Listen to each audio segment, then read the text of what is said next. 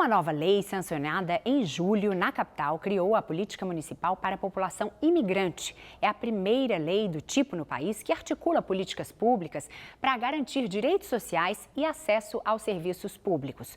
Muitos desses imigrantes que podem ser beneficiados são sírios que fugiram da guerra. Hoje eles são a maior comunidade de refugiados no Brasil, segundo o Ministério da Justiça. São Paulo é o estado que mais recebeu esses imigrantes. De acordo com dados do próprio Ministério da Justiça, quase 1.900 fizeram solicitação de refúgio aqui no estado até março deste ano, quando foi feito o último levantamento. Relatos de muitos deles estão num livro-reportagem que vai ser lançado este ano, depois de um financiamento coletivo.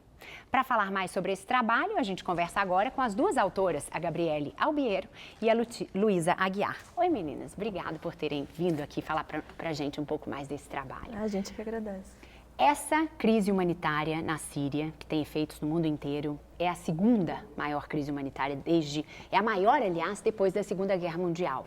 Como é que esses efeitos aparecem nos relatos que vocês colheram? Olha, são relatos muito fragilizados, né, vindos do trauma lá da psicologia. É uma coisa que é uma narrativa que a gente entra com muita lentidão, porque exige confiança da fonte. E são eventos tristes, são eventos delicados e que exigem a mesma delicadeza e o mesmo cuidado para lidar, para ouvir. Luísa, como é que essas pessoas fragilizadas, né, são recebidas no país? O que vocês percebem? Elas têm um impacto muito grande ou o Brasil e o estado de São Paulo conseguiu recebê-las de braços abertos? O Brasil, ele é um país que ele, até pouco tempo atrás, ele assim, no estado de São Paulo, por exemplo, eles sancionaram essa lei agora, mas o Brasil não dá uma ajuda de custo, por exemplo, como a Alemanha, que dá como se fosse um salário mensal para as famílias que estão lá. Apesar disso, os relatos dos refugiados, eles nos contam que o que eles gostaram muito daqui foi a receptividade, porque eles saem de lá muito fragilizados, a casa deles está desmoronando, eles não têm mais casa. E eles chegam aqui e eles dizem que os brasileiros são extremamente receptivos, extremamente carinhosos e fazem eles se sentirem em casa. Então, assim, eles chegam aqui, não tem nenhuma ajuda, mas a comunidade local, muitas vezes a comunidade árabe e até mesmo a comunidade que não é árabe, que, assim, alguns têm restaurantes, então, assim, os brasileiros que frequentam o restaurante, eles fazem muita questão de mostrar para eles como eles são bem-vindos. Então, eles falaram assim, a gente só tem a agradecer aos brasileiros por tanto carinho e apoio que eles têm nos dado.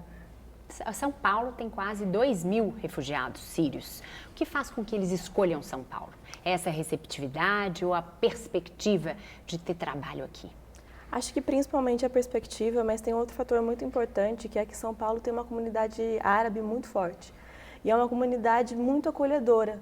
Então, esses refugiados que vêm para cá, geralmente eles já têm uma pessoa que vai ajudá-los a se inserir na sociedade, que vai dar auxílio financeiro, auxílio psicológico, ajudar a conseguir uma casa, um local para viver.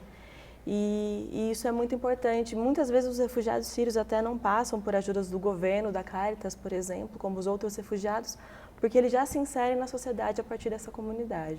Mas a avaliação de vocês, que leis como essa, que foi sancionada aqui na capital, que garante o acesso a serviços públicos, também impede ou prevê que eles sejam respeitados com punição para quem desrespeitá-los, como qualquer outro cidadão brasileiro mesmo. Isso é muito importante?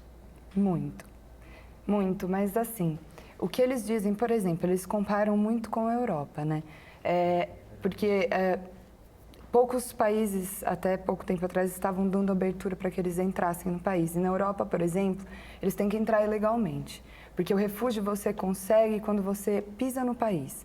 Então, primeiro você precisa de um visto de turismo. E eles dizem que lá, por mais que eles tenham essa ajuda financeira, a Europa tem uma questão xenofóbica muito forte que eles sentem.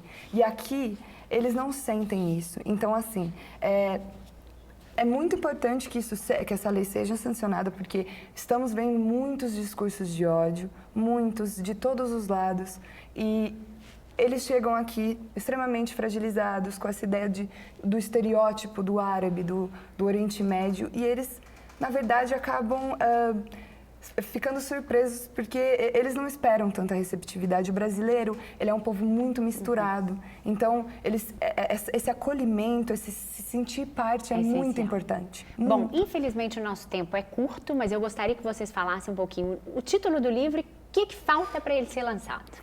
Bom, o nome do livro é Pangeia.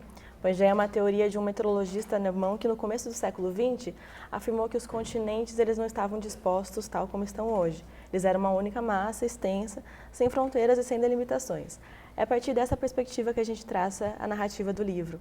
Ou seja, estamos aqui no Ocidente, estamos longe da Síria, mas não estamos exterior, não somos alheios ao que acontece.